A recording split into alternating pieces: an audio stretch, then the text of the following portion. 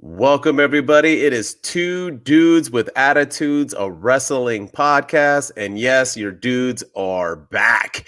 And we have attitudes because it is AEW Friday, y'all. Maybe, one of the more interesting, fun days that we do. WWE's fun, but AEW is keeping us going. So I am Mr. MWO, and as always, I am with Mr. Shooting Star Press, or SSSP, as the world now likes to call him. What's going on, my man? Oh, living the dream. This is episode 8 of this podcast. We've been doing this for 4 weeks now, which it's hard to believe we're already on the 8th episode of this. But man, we appreciate everyone's support, everyone's love, everybody who subscribed to us, everyone who follows us. We love it all. So more to come, and hopefully everyone's enjoying it so far too. It seems like people are digging it, right? I think people are liking it. They'd be stupid not to. Right? That's what I'm saying. That's what we the two coolest dudes. That's right. On the podcast world. We're talking professional wrestling. How can you not love us, right? Exactly. Let me get this thing going. But yeah, so with that said, don't forget to follow us, Twitch, YouTube. If you guys are watching live, throw in those comments. I know a lot of you work right now and do things, which is all good, but if you're here, send those comments. If you're not and you're watching us afterwards, click that follow button. Follow us. It helps. If you are listening to us out in the radio world and Apple Music and Spotify, don't forget to give us those 5-star reviews. That also helps us, and it gets other people to be able to see us if they are wrestling fans and dig wrestling podcasts. So yeah, man, I'm excited about this week. I'm excited about next week. And we'll go into AEW's new look pretty soon as well. They had a new look that we'll jump into on Dynamite, but as always, we got to start with Rampage, right? Shooting Star Press, your favorite show of the week, always. Oh yeah, the favorite, the redheaded stepchild of AEW sometimes. Oh man, it speaks to be the redheaded stepchild, huh? Is that? Yeah, I would know. Yeah, but no, Rampage. It's been really good lately, and I thought Fridays was okay. I didn't think it was the best one that I've seen recently. It was probably the worst episode I've probably seen in a few weeks. But for the most part, it was an okay show. And Rampage, but again, Rampage has been What's up, my man? And solid. And yeah, thank you for joining us on YouTube. Keep the comments coming. But yeah, Rampage has been solid lately. But this episode for me, there was just a lot of misses for it. And, all right. Well, there wasn't a lot that goes on. There's always about 4 or 5 things. It's an hour show. Well, let me start off. I actually have a hit. I'll start off with then. You have a miss. I'll have a hit to go on with this AEW Rampage episode. Jade Cargill. I was excited for the Jade Cargill match. So she wrestled Kiera Hogan, which was her former baddie. I would say she was probably like the leader of the baddies if it wasn't for Jade Cargill, right? She was probably the most famous of the baddies at the time, and she was kicked out a little while ago, and they had their match. And not only was it exciting to see Jade Cargill wrestle somebody who wasn't a random girl on the roster. I know Kiera Hogan isn't a star, but she's a name. It was a feud, a rivalry, or whatever you want to call it. And the match was good. I thought this might have been Jade Cargill's best match. And I know I keep saying that because she keeps getting better and better and better. I thought this was a high point on Rampage. I thought she did her thing. She looked good. I can't emphasize enough how this woman just looks like $1 million. Like you see Bianca Belair over in WWE, and you're like, man, that's a specimen, right? This girl is like built, she's athletic, and then in walks Jade Cargill, and you're kind of like, oh, maybe she's not as built it as. I mean, Jade Cargill is what do they call it? Like a Zeus statue. What is it back in the days when they would make people out of stone or whatever, and the embodiment of what a human being is supposed to look like. But Jade Cargill, man, she's doing her thing. She's getting better in the ring. And I was happy to see her actually wrestle someone that wasn't meaningless. So yeah, and it was, I did enjoy that match. I thought it was, it was Jade Cargill's best match, like you said.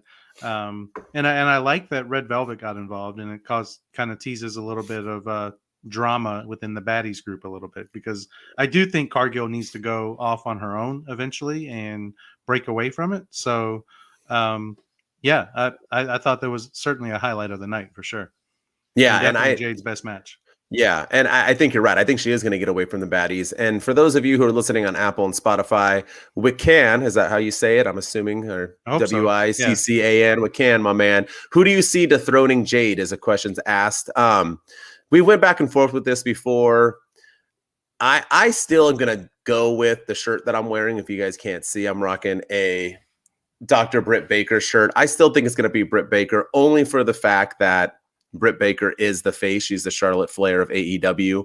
So I see her being the woman to dethrone her and maybe have a run with the TBS title before she heads on out to WWE.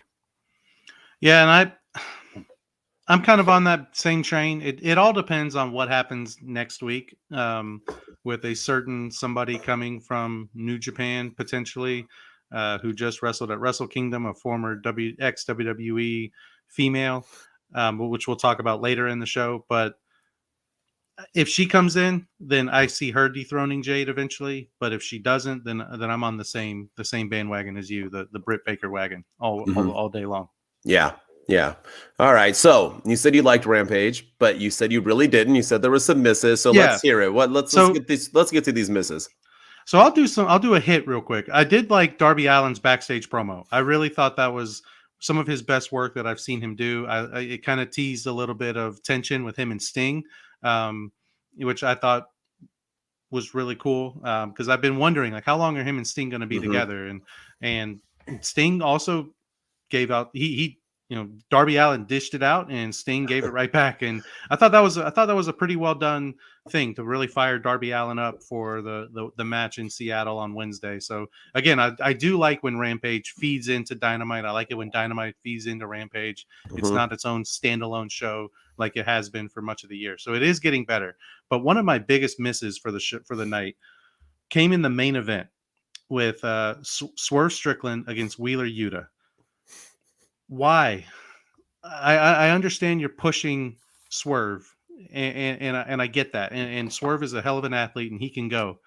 But why do you have him in a match against one of your champions?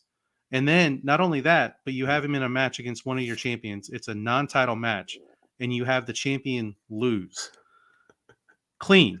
And they're not even. It's not like they're feuding. It's not like they're in a beef with each other. It's just they're. As we saw on Dynamite, there's nothing going on between the Blackpool Combat Club and the Mogul affiliates. So it just felt off. It felt weird. It was a good match. It was a really good match. I thought it was. I like Wheeler Yuta. He can go in the ring. I like Swerve Strickland. I think he can go. And I get that they're trying to push him, but at the expense of one of your champions. To me, that was a huge miss of the night for me. You know what? I'm going to fully agree with you. I have it in my notes.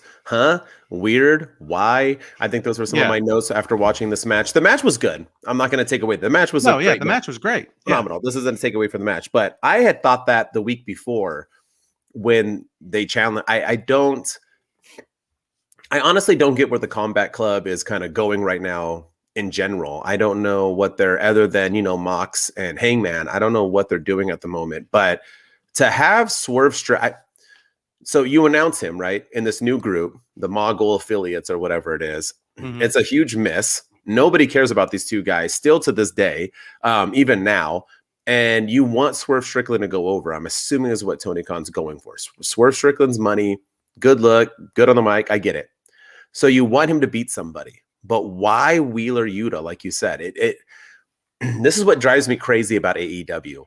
Is that they're so keen on no storylines, no nothing, just grabbing two dudes who know how to wrestle, putting them together, having a hell of a match, and then hoping no one cares at the fact that it means nothing. And that was in my resolutions. We need to stop doing this. We need to stop just pairing up two people because they're going to have a 5-star match and having them go for it, because it makes no point in the long run. It actually, in my opinion, hurt Wheeler Yuta as a champion. He didn't even wear his belt. It was like not even talked about. Is ROH done with belts on AEW? I have no idea, because he'll probably be rocking it next week. And when he's in LA, who knows? But I'm with you. If they were going to start a BCC Mogul affiliate feud after this, so be it. It makes sense. It doesn't look like they're going that way. It was pretty much a waste of our TV time, to be honest with you.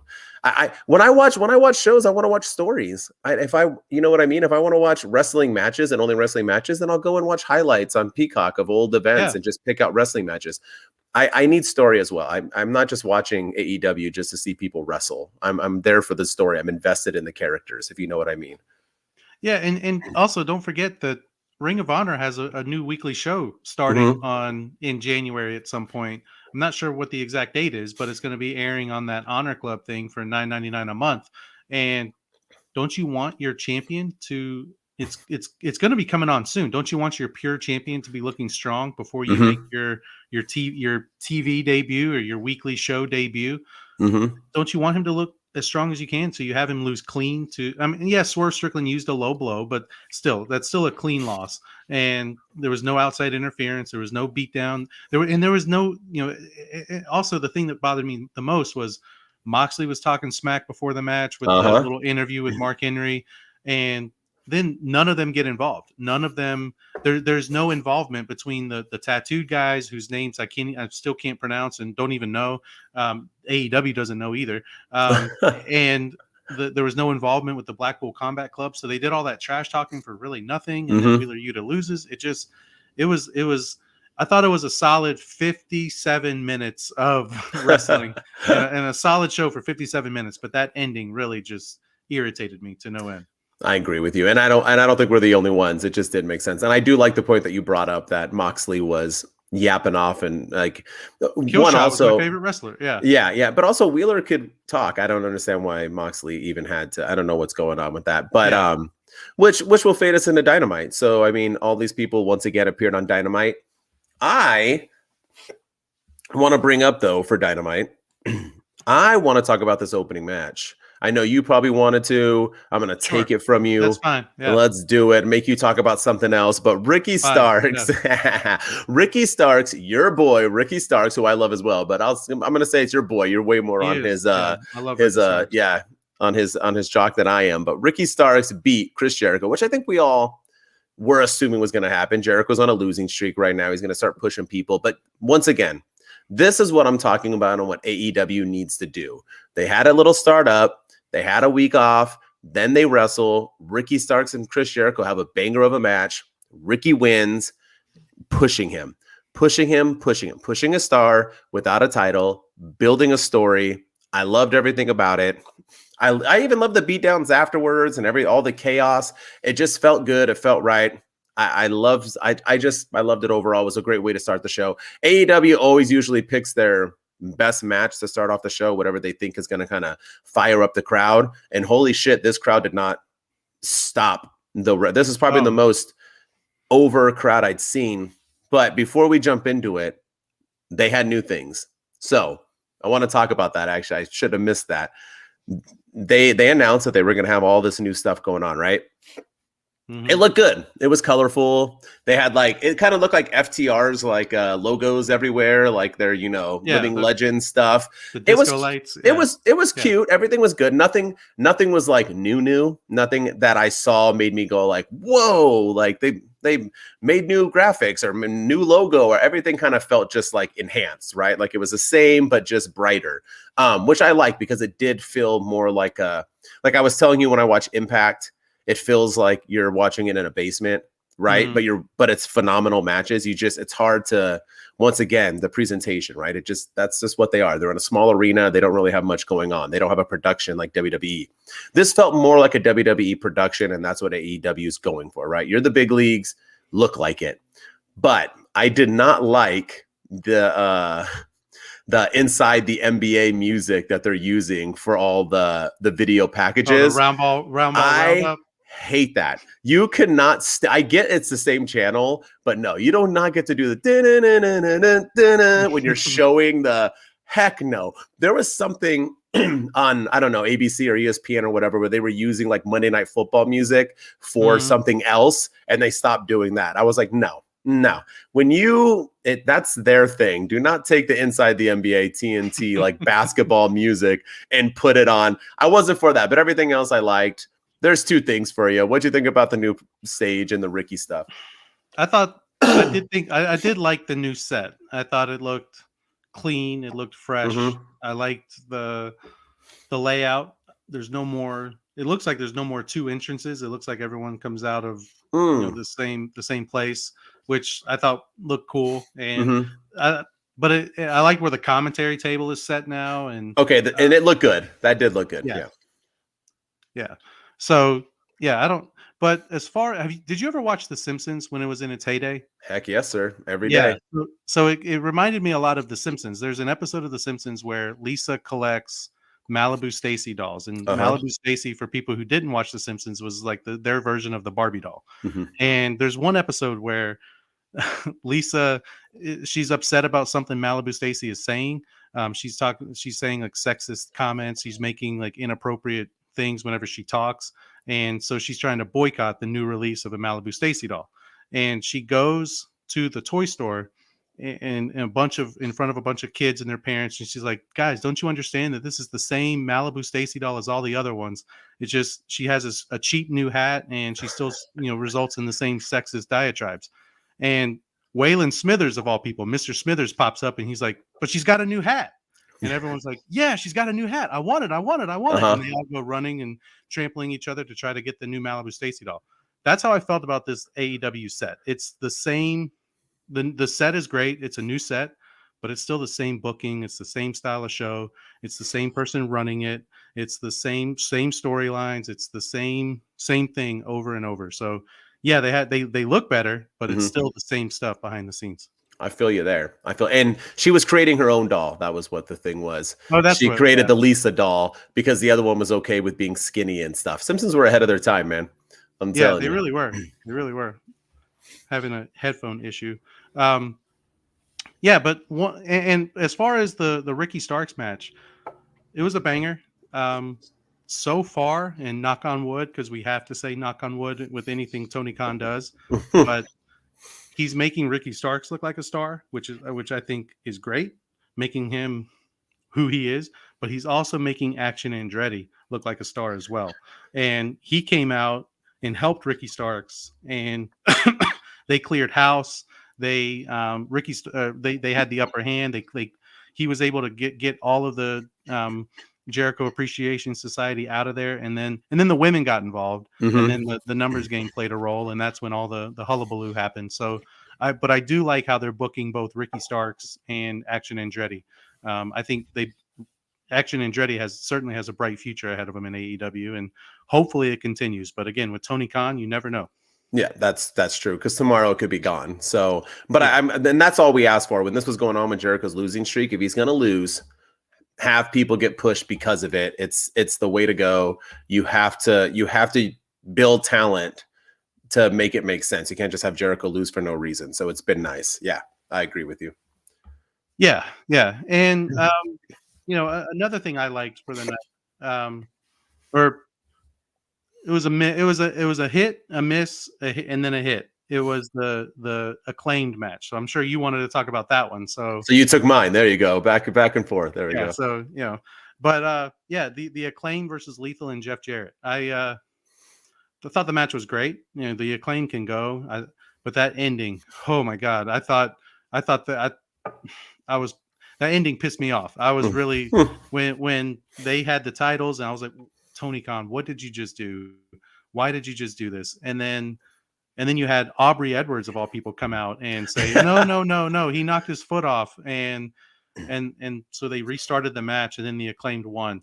So I was happy that they got their titles. I was happy that they retained. I did not want to see Jeff Jarrett or Jay Lethal have the tag team titles. I like Jay Lethal. I don't want to see Jeff Jarrett wrestle anymore. I think he needs to do more behind the scenes stuff. I'm okay with him being a manager. I'm okay with him being on screen, but I just don't want to see him in the ring. Yeah. But yeah, and I love I actually like the Acclaim's rap too. I like all the TNA references that they dropped, and still went at Karen Jarrett. They still went at Dixie Carter. They talked about he put Max Caster put Jay Lethal in the ankle lock too, as an ode to Kurt Angle during that match, and looked right at Jeff while he was doing it. All those little subtle nuances I really enjoyed. So I thought it was a good match. Hated the ending, and then I'm glad they got their titles back. And but one thing that didn't make sense was, why didn't they ejected Billy Gunn, they ejected Santam Singh or whatever his name is, and then Sonjay Dutt is the one that knocks his leg off the rope, And when Aubrey Edwards comes out and restarts the match, why isn't he ejected? Why didn't they eject him? Just little things like I that just don't. bug me. So I'm going to try to do this one as biased as possible. We are a podcast. I should be fair. I am not the biggest Double J fan in the world. Actually, I can care less about Double J. I've never, not that like I hate the man. If I saw him on the streets, I would like, try to attack him. Maybe I would give him an old Abe Simpson, old man fist shake, like yells at Cloud. Yeah, maybe I'd yell at him like that. A lot like, of Simpsons references on this show. I thought we might as well keep it going, but I mean, Simpsons did it, but yeah. So there's so much about this. Okay, number one, why are they even wrestling for the tag team titles? For one, they don't deserve to even have this match. It makes no sense. I love Lethal. I'm all for him, but how old is he? How old is he right now? I mean, we got these two guys for a while, right? So I just want to start off with that. They shouldn't even be having this match. So with that said about the match, right? I don't know if people aren't following, and this isn't dirt sheet stuff, Jeff Jarrett was kind of, the wife was mad about the Max Caster rap video. And so they made this look like it was real life beef. Then Jared went on a podcast. I don't know if it was his or somebody else's. And he basically said like, this ain't wrestling. Like it's on site. Like if I see, I'm going to hurt Max Caster, you're running your mouth. And even Bowens tweeted before Dynamite and said like, hey, if you like make this legit, we're going to have problems. And they're trying to make it, not kayfabe, you know what I mean? Trying to make it look like this is real life, right? So I love that they started off with the rap right off the bat, because it just made all these dumb wrestling fans look even stupider who were buying it, like Jeff Jarrett and Max Caster. Like none of this stuff is planned. It's all planned. So and Jarrett even laughed when he opened up making fun of his wife. I think it wasn't his ex-wife. It was his wife, wasn't it? Didn't he make fun of his, Karen. Yeah. He made fun of Karen right off the bat, 37. So 37 and like a 95-year-old. So, I mean, those are two pretty old dudes and nothing against age. I'm not ageist. I think you can go. I'm just saying you have a brand new, well, we'll get into that, but he dropped that funny rap. Jared laughed. They did the Kurt Angle thing, right? I'm all for that. But after that, I think they're going too far with it. I think they listened to the internet, upset that they got the tag match because they didn't deserve it. And so now they wanted you to believe, Jared's here and he's doing what he wants, just like all you marks thought he was going to do. And that's why they did that false finish, right? To make everybody be like, oh shit, like great. Jared's coming over here and taking over like he always does. And then it was like a just kidding roll up win. Here's what I have against that though, right? I get it. If that's what you're going for and you want to make this whole Jeff Jarrett evil, blah, blah, blah. But this is the Acclaimed, okay?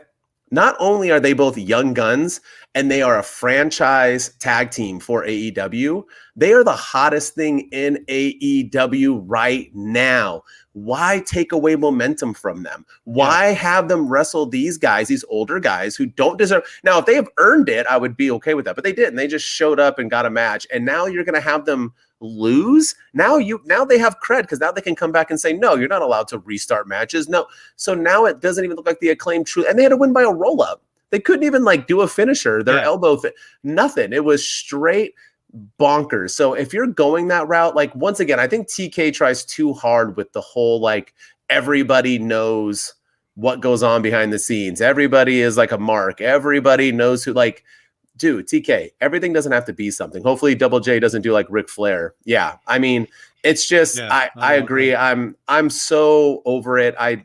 It ruined everything. I didn't even care about the match anymore. I thought that was the lowest point of Dynamite. Maybe the only thing I didn't like about Dynamite, honestly. And I don't get it. I don't get the book, and I'm sorry if that rant went nowhere, but it just mind boggles me because the Acclaimed are too big and too important to be having matches like this.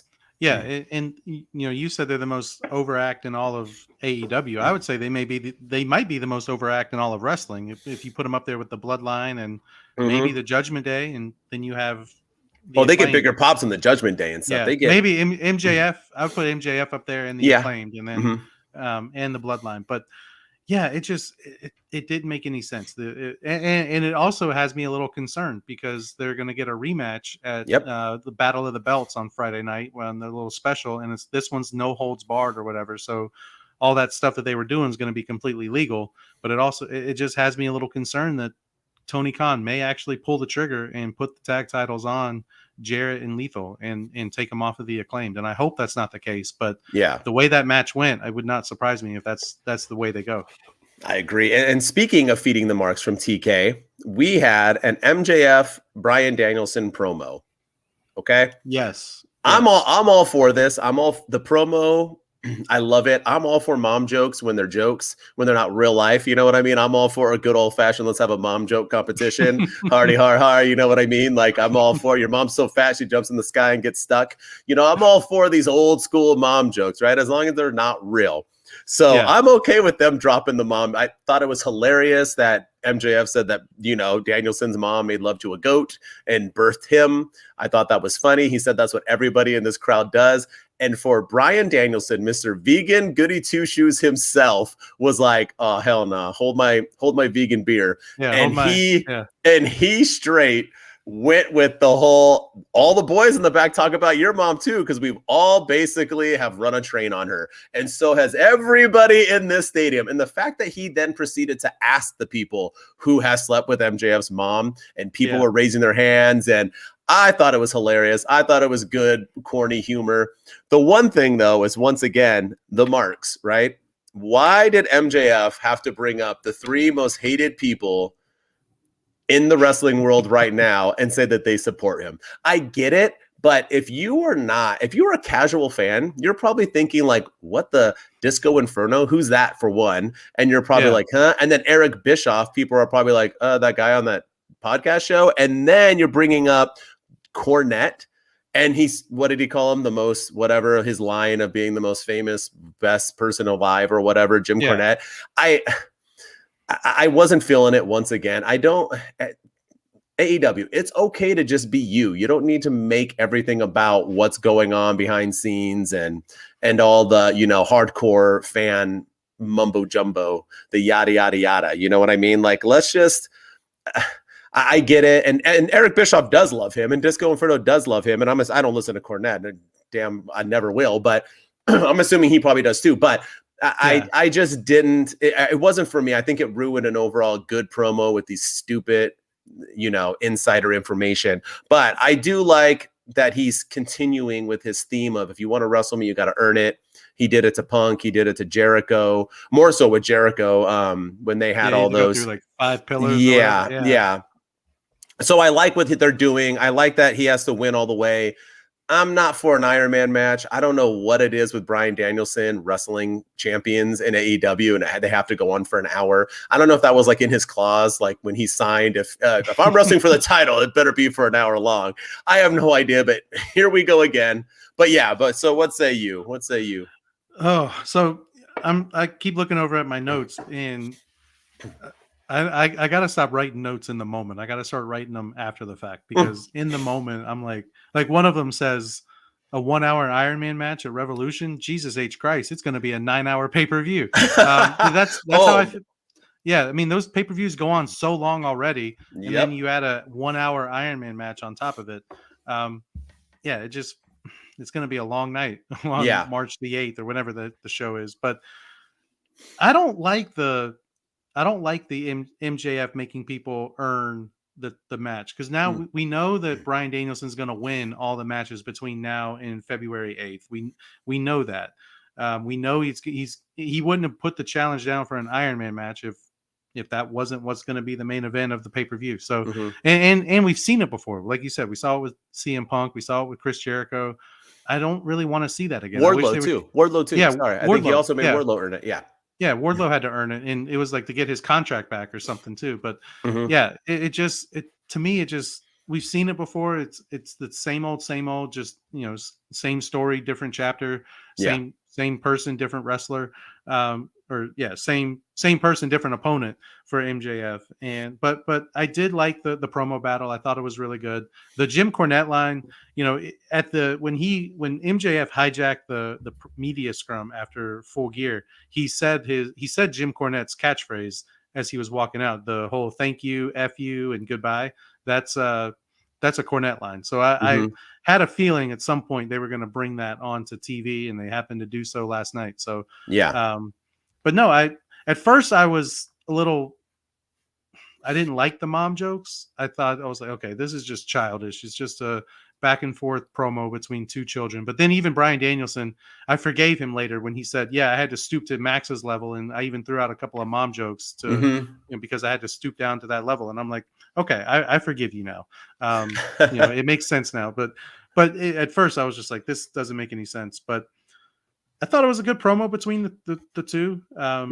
I'm excited about the match, but I don't really like the stipulation of how they're getting there, and I'm not really looking forward to an hour-long Iron Man match for sure. Yeah, I feel you on there. And I didn't think about it either at the fact that pay-per-view, I mean, they're always 4 hours long. So yeah, holy this shnikes. Is going to make it 5. It is. Maybe 6. Yeah. It is. Yeah. And once again, the Iron Man matches, man, I don't know. I'm for it when it feels important, this and that. But once again, AEW has hour-long matches constantly. We don't need to add that stipulation. It could have been anything else. But I mean, what are you going to do? What are you going to do? Yeah. Yeah. One of the other things that I liked from Dynamite was the backstage segments, but not the one with Saraya and Tony Storm, but it was the one with Britt Baker and Jamie Hayter. I really enjoyed that one. Britt Baker, she's great at everything she does. I love Britt Baker. I liked how she basically took over that whole interview. Jamie Hayter really didn't say a word.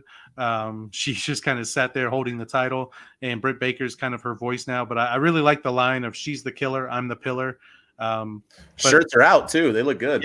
Yeah, they do. So I do wish that Jamie Hayter wasn't necessarily playing second fiddle to Britt Baker. I wish that she would be a little bit more outspoken, and she's the champion after all, and Britt Baker's not. But I think it's telling a story. I think they're feeding into the inevitable turn of Britt and Jamie. So I'm here for it. And I thought that segment was more well done than the one with Saraya. Yeah. And you know what? You know how they're breaking up? Because they announced a shirt. Whenever they announce a shirt, RIP Don West for sure. For sure. I agree. Man, we probably should have done that, huh? We probably should do our IPs anytime somebody huge in the industry has passed. So yeah, to his family, condolences. He will be missed. Thank you for that. But Britt Baker, and I mean, as soon as that shirt was made, as soon as I saw the Killer and the Pillar shirts, I was like, well, there goes their demise. AEW loves to make a shirt for 3 weeks later for it to be, it's like they just made a Jungle Hook shirt. I'm like, well, Hook and Jungle Boy will be breaking up pretty soon. It's just how AEW works. But yeah, I agree with you. I like what they're going with it, but I do think that's the point. The point is, because she even said something, I forget what it was, but Hayter made a mark of, she said something about that, didn't you? Britt was talking about herself, and Jamie kind of stood up for herself for a half second, and then Britt kept talking. Like, did Jamie even talk really in that segment? No, she just held the title. Yeah, and trust me, I'm in a Britt Baker shirt right now. I'm all about Britt Baker. I mean, she is AEW's women's division, but I'm all for this, and I think when it is finally going to happen, that match is going to be a banger, and Jamie Hayter is going to grow from it. So, and I think that's when Britt will go on and move on to the TBS title. So, yeah, I'm looking forward to it. I do like the story, and we talk about lack of storytelling in AEW sometimes, and this is one that they're telling really well. Because it's a matter of when Britt Baker turns on Jamie Hayter, or does Jamie Hayter turn on Britt Baker? As long as they tell it right, I'll be excited for it. And I do like all the seeds that they're planting, and I like that. I like that Britt Baker's still heavily involved, even though she's not the champion too. I do like that they're doing that, and she's getting a lot of the airtime and the screen time over the champion. Yeah, so if they tell the story right, I think it could be really well done. Yeah, but they got to get there, because you don't also want to lose the credibility of Jamie Hayter in the process for being second. True. So you got to do it right. And before, I know we do 2 each, but I think we have to talk about the main event. So we'll end it on this for our review. Darby Allin, for those of you who don't know, defeated Samoa Joe. And not only did he defeat Samoa Joe, he beat his ass clean as you can. I have 2 quick things. One, I get it was in his hometown. Once again, AEW, like I said about the shirts, you were just promoting this man as the king of TV or whatever, and you have him lose instantly. And I'm all for Darby having a belt. I like it, because that's where I'm going to get to in 1 second. But his finishing move, in my opinion, and I might get flack for this, is the wackest finishing move. The coffin drop? It is. Yeah. So, he falls literally. Have you seen Forrest Gump? I don't know if Yeah. you guys have seen Forrest Gump, where the feather is blowing in the wind. That's what Darby's 100-pound body looks like when he falls backwards. He just kind of falters there and barely lands. He did it twice. That move, I get all finishers don't have to be super believable, right? But that would be something if you would do at a party at my house. My kids, are wrestling around and they would do that move. And I'd be like, hey guys, slow it down a little bit. I wouldn't think it was extreme. I would be like, hey guys, let's not like drop backwards like feathers on top of each other. That finisher is so whack. He would never have beaten Samoa Joe like that. But I'm not against Darby winning. I'm against Samoa losing already. I don't know why the TNT title has to play hot potato, ridiculous amounts of it, because it makes the title feel unimportant. That title means nothing to me anymore. It hasn't, and I thought Samoa was going to bring it back. It hasn't since Cody had it. It really just hasn't felt important. But the one thing I do like that AEW is doing after all this, okay, heavyweight champion, MJF, homegrown. Mm-hmm. Tag team champions, The Acclaimed, homegrown. All-Atlantic champion, Orange Cassidy, homegrown. TNT champion, Darby Allin, homegrown. Women's champion, Jamie Hayter, homegrown. Yeah. TBS champion, freaking Jade Cargill. All of their champions are homegrown. So for all, I know you don't have the stand, I know you don't have the play thing, I but don't have the fickle. All you fickle, you knew where I was going with it. All you fickle fans out there, I don't want to hear any of you complaining about all of these champions, because this is how and what you've been begging for forever. You were so against WWE guys coming over and winning championships. That is no more. Every AEW champion is a homegrown talent. So with that said, I'm okay with Darby winning. Why not a couple months from now? Why not let Samoa have a push? He was looking so good. Now I'm assuming it's because they're moving him in ROH. I'm assuming that's what you're going to respond with, is that they're just filtering him back now. That's what they're going to do with it, which I'm fine with. But why call him the king of TV and give him a gimmick if you were just going to have him drop the next week? Yeah, it makes me curious what they're going to do with Samoa Joe. Is because he can't be the king of TV if he's going to ROH, because he'll be the king of streaming, I guess. But I like it, but I think Darby Allin's I think his finisher, it's like a big trust fall. That's all it is. He's literally doing falling backwards and hoping and praying somebody catches him. That's a a team building exercise, and he's doing it. And Samoa Joe just didn't catch him twice and cost him his title. But I didn't like this. I didn't like the outcome of this. And for one, I get that it's in Darby Allin's hometown, but again, I didn't think it was time for Samoa Joe to lose the title, but I get that it was in Darby Allin's hometown. But it also, to me, it makes Wardlow look like such a chump. Because he lost clean to Samoa Joe. He got his ass kicked against Samoa Joe. He got his hair cut by Samoa Joe. and then that was last week. It wasn't like that happened 3 months ago. That was last week. And this week, Samoa Joe loses to 102-pound Darby Allin with completely clean, with 2 coffin drops off the top rope. What? Like, Wardlow couldn't beat him, but you have this 100-pound kid beat him clean, completely, and it didn't make any sense to me.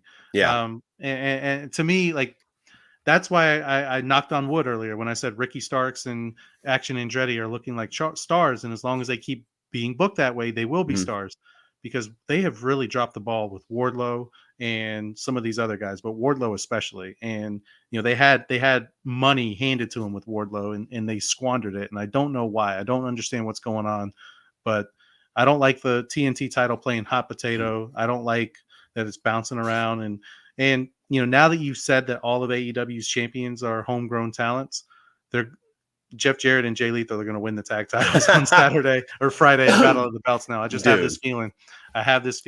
Just get that feeling out of your head. If the Acclaim lose, we're not doing AEW Friday anymore. Yeah, we'll come up with a new topic for Impact Friday. Yeah, 100%. Yeah.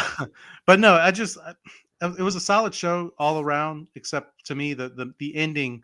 AEW does this a lot too. The beginning is great, and the ending is just a hot mess. And why didn't we get to see? Why didn't Wardlow interfere? Why didn't he come out? Why didn't he, continue his feud with Samoa Joe? I know he's trying to sell, I guess, the injury from that massive haircut he got. I don't know. Yeah, that massive. But but yeah, it just I don't know. I agree with you. I would have been happy if they could have set up a triple threat in the future: Samoa Joe versus Darby Allin versus Wardlow or something. But yeah, to me this ending just made Wardlow look like an absolute chump, and it did. I'm not a fan of that. It did, and I don't know if I don't think Tony Khan ever thinks that far. Anybody in the writing team of AEW that you can make somebody look awful by not having them in that, because you did have him get beat up. He got his ass handed to him, had his hair cut, and then Darby comes in and wins the belt. It 100% makes Wardlow look awful. Yeah, and Wardlow, that wasn't the only time Wardlow's lost to Samoa Joe too. He dropped the title to Samoa Joe at Full Gear too. So, I think what they're doing is that they're going to have Wardlow get his comeuppance, and they probably didn't want Wardlow to be the champ. They're probably wanting him to do bigger and better things. So this was their way of having him get his revenge without having a title. But once again, you got to think about the total picture, right? You then have him stay gone sell that brutal haircut for a month. Then. But if you're not going to, like him showing up at LA, which I will be at June 11th, next Dynamite, I will be there live. I don't see it like Wardlow coming out and it being like, oh my God, yes, look at his new haircut. Woo! Yeah. He looks like Shooting Star Press. Like, we don't that's not, I'm like, it is what it is. You should have had him come out this week. I agree. But what can you do with AEW sometimes? And I'm not trying to be a fickle fan, which we all are, because we're all fickle. But I am happy that at least all the champions are AEW homegrown. Yeah, I think they all deserve it. And if the Acclaim lose on Friday, I'm going to drive down to North Carolina and put on a Shooting Star Press butt whooping, because you just put that juju in the air, and I did. That's worth the flight ticket for me, my man. I didn't put it in the air. Tony Khan put it in the air when he had that crazy false finish on Wednesday. It shows that the Acclaimed are vulnerable and they can be beat. And please don't let it happen. I don't want it to happen. Yeah, I agree. So with that said, we do got some good stuff coming up with AEW this Friday, which is today. We have Rampage and the Battle of the Belts. So we got a couple things too. Both live. So a couple things to talk about next week on top of Dynamite coming back to the Forum in LA for the second time ever. I was there the first time. That was the pipe bomb. I will be there this time. So I will be able to give a better podcast review on the event, because I can kind of talk about the ins and outs and what was going on with the show. So I think it'll be a good time, some fun stuff for us. Once again, follow us. I know there's some of you watching us on Twitch and YouTube. Click that follow link. Thank you for the comments that we've been getting. Keep listening. We got a ton of viewership. We always get the viewers. We just need the follows. You guys got to commit to us. It's okay. It's okay to commit sometimes. I know we all have commitment issues, but commit to us. Give us those follows. Hit us those 5-star reviews on Apple and on Spotify. And let's get these sponsors going, right? Mr. SSSSP, he is the saint. Shooting Star Press. That's he would love for DDP Yoga to jump on here. He would love for that Diet Coke money. I still want that Blue Chew money, and I would still love to see that Pro Wrestling Tees. They made this shirt for me. That money, let's bring them in. I would like a sponsorship. Shoot, I don't even need anything for them. Just the fact that they would like to sponsor us and say that our show is out there and they acknowledge us, because I love to be acknowledged, if you know what I'm saying. So I would love for that. But that is our weekend review, Shooting Star Press. I think it was okay. I know we had some hits and misses, but I think overall it was a good AEW week. Yeah, I think AEW, the presentation was good. I'm excited. I think they're going to have a bright 2023. They just got to tighten some things up and rebuild Wardlow, and all will be right in the world. And keep Ricky Starks looking strong. Man, and Wardlow, man, just think about if you would go back and tell yourself 4 months ago that this is where Wardlow would be now after that MJF feud. Somebody would say you're crazy and that you're an AEW hater. There's no way they're going to do that to Wardlow. Man, they just ruined the hottest thing. Last one to beat MJF too. So. Yeah, I don't want to see. That's what I mean, because the way they had Wardlow so over and killed him off, I do not want to see that with the Acclaim. So get that juju out of here. So it is segment time, my man, and we are going to do a new segment for this week on AEW. We are doing a segment that we like to call Book It or Lose It. And that is where myself and Shooting Star are going to throw out a booking decision into the world for AEW. And then you guys can comment, let us know if you think we should book it or lose it, and then we will each respond to ourselves as well if we want to book it or lose it and what we think about it. And as always, gentlemen first. So, Mr. SSSP, what would you like us to book it or lose it? All right, book it or lose it. Ricky Starks, my man, the man himself, absolute. He becomes AEW's top babyface this year and becomes and is the one to end the championship reign of MJF at All Out in Chicago this year. Book it or lose it. All right. So I think I'll say it and you'll probably rebuttal me. So let's see here. I like it. Okay. So I say book it for him being the top babyface. I'm all for that. I am all for that. I'm going to say, Patrick Anthony, book it. Of course. I'm going to say lose it for him beating MJF only because I really want MJF to have a Roman Reigns type title reign. I think he's going to be leaving soon. I think that's where my odds are taking me. I would like to see him kind of build himself, AEW build him before he moves on to WWE. I'm just going to say lose it, but barely. I like it. I like Ricky Starks winning, and I know all of you are going to be like, you can't have a champion all year. That doesn't make sense. But I think MJF as a heel champion all year, I think would be fun and interesting and really, really push AEW to where they need to go with their new look and their, MJF's that guy, man. I don't know if Ricky Starks is that guy. I don't know. I don't know if he's that guy to take them where they need to go. I think MJF is. What say you? I say book it.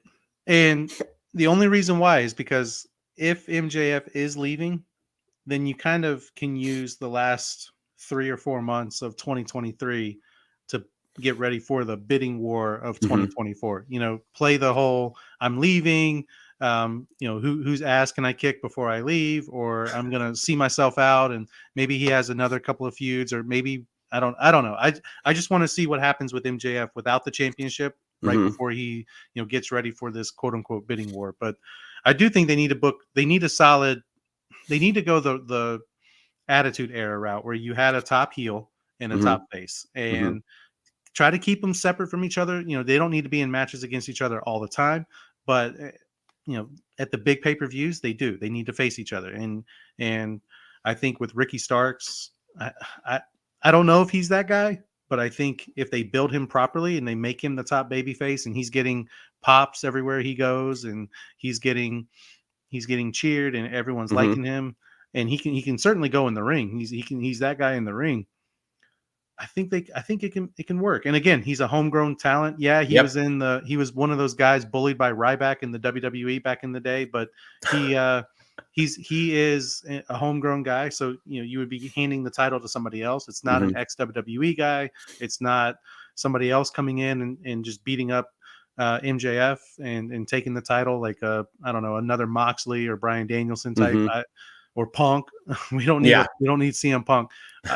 I say book it. I say book Ricky Starks, make him look strong, keep him strong, make him look like a star, and let him be the one to dethrone MJF. And MJF's reign will have lasted for a year, and I think that's plenty long because he did win it all out this year. You're right. No, he did. He won it at Full Gear, so a little less than a year. Yeah, a little less than a year, but it's still a pretty lengthy reign, about a 10-month reign. Yeah, and if they build Ricky Starks this whole year and say he loses in December, or Ricky Starks wins in December is what I meant, I think he would be a star by then. So yeah. All right. Yeah. All right. You ready? Book it or lose it. This is for Patrick Anthony. Brought this up earlier before the show was on the air, and I already had it on my list. So book it or lose it. Sheeta kicks Storm's butt backstage before the match on Dynamite happens between Saraya and Toni Storm, thus injuring Toni Storm, leading to Mercedes Moné coming out and being the partner for Saraya to face Jamie Hayter and Dr. Britt Baker, DMD. Book it or lose it, my man. I guess I got to say book it because I've been picking Mercedes to be the one to dethrone Jade Cargill to win the AEW TBS championship. So if she's coming to AEW, then I feel like that's what they need to do to boost their women's division. And I think that's a cool way to do it. I'm not a fan of Sheeta beating up Toni Storm. I don't see what purpose that serves because it wasn't Tony Storm that did anything. It was Mm-hmm. Saraya that picked Tony Storm. So beat up Saraya if you're gonna, take your frustrations out on her.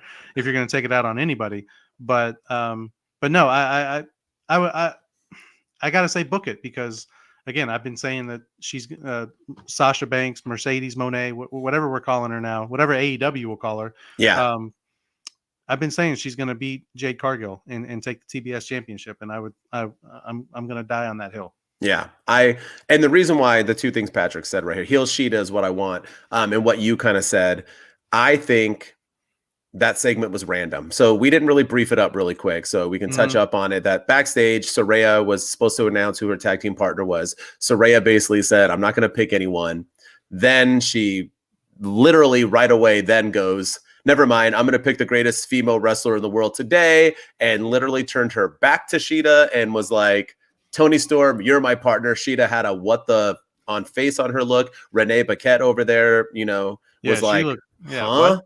It was like what she thinks when she sees like a tanning salon. She's like, what? Huh? She like literally wants nothing to do with it. She was so confused, and it kind of went off the air. So with that being said, is why I came up with this idea, only for the fact that that's what I think is happening. I think they did that for Sheeta, because why would they pick the person? Why would you random? It was a weird way of picking it, which makes me believe that Tony Storm isn't going to be the person. You know what I mean? And Sheeta being a heel by turning on Tony Storm, like you said, right? It shouldn't even be Tony Storm. So why take it out on Tony Storm? Because that's what heels do. Heels do heel shit, right? Beat her up, have Monet come out. Mercedes Monet as well. I'm all for Sasha Banks. I love her. I'm glad she's back. I'm not for that name. I know it's not a AEW thing, but if she does come out, I was not digging her hair and her name at all. But the more power to her. I would like to see it when I'm there on January 11th. So that's why I'm going to go with book it. I think it'll be a nice little swerve. The only thing is, though, as that happens, they're going to win.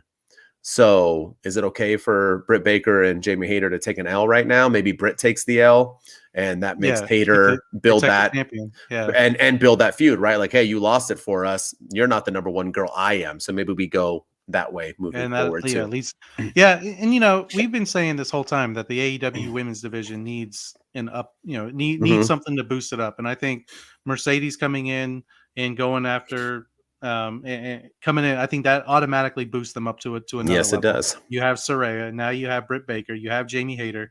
You could set up a couple of feuds. You could have Sheeta feud with Tony Storm. You could have Jade Cargill do her thing against whoever she's going to face next, maybe Red Velvet or somebody. Then you have Mercedes doing her thing, and then you have Jamie Hayter and Britt Baker doing their thing. So you could have potentially maybe 5 or 6 ongoing women's feuds in AEW, which is what I think they need. They need an upheaval in that women's division, and I think this is a way to do it too. I agree. And Sasha Banks or Mercedes, she is 100% top 3 women wrestlers in the world today. Oh, yeah. And you add her with Britt Baker, who's top 4 women wrestlers in the world today, or top 5 easily. I mean, you add in Bayley, right? Minus Charlotte and Becky. That's your top 5 right there. So if you having 2 out of the top 5 female wrestlers in the world on your brand, that's a win for AEW. So I think it helps overall. That's why I say book it. Let's book it and make it happen. Yeah, and I think, like I said, I think it'll strengthen the women's division. But that Saraya, man, I want to get behind her. I really do. I want to get behind her, and I want to cheer for her. But she just seems like she just hasn't found herself in AEW. She seems lost. She seems the other day, the couple weeks ago when she came out, she looked stiff when she was running out there. She looked like she could barely move. And then this week, this segment was awkward that she had. She just seemed to be all over the place. And I don't know. I want the Saraya or Paige that was in WWE, but I just don't feel like we're getting it. And I know she's been away from wrestling for a while and she's trying to find her place again, but I hope she finds it soon. I hope she finds her fastball again. And she definitely looks stiff. And I don't know if it's because she's not fully healed and maybe she shouldn't be wrestling, or she's just super nervous because neck injuries are nothing to mess with and she doesn't want to injure herself again. So I don't know what it is, but either way, if you're not ready or you're nervous or you're not fully healed, don't wrestle. You don't have to. She can do so much for the women's division not being in the ring. So if that's okay with me too. I mean, you do you, girl, but be that manager, be that leader of the women's division, be that person they need. So if you can't go in the ring, I'm all for that. But all right, man. I think Book It or Lose It was fun. That was a fun other segment. We're doing our thing over here on Two Dudes with Attitudes. Yeah, we're getting better and better, and we got some special stuff next week too. So I Yes, can't wait for the sir. stuff we do next We're not week. going to announce it. We'll No, let you all wait. But next week, once again, tune in every Wednesday and Friday, 1:00 Eastern time. Wednesdays we talk WWE. Fridays we talk AEW. Yeah, man. So I like it. Great show. Once again, thank you for tuning in. Hit those like buttons. Hit those thumbs up. Follow us. Tell your friends about us. And once again, thank you for joining us on our episode 8 of Two Dudes with Attitude, the wrestling podcast. I'm Mr. MWO. And I'm Shooting Star Press. Follow us on TikTok. And thank you to the 3 of you on viewing us on YouTube. Hopefully we'll get our numbers up on Twitch. But thank you. We love all of our viewers and all of our listeners. So keep the support coming. All right, let's go. Thank you. All right.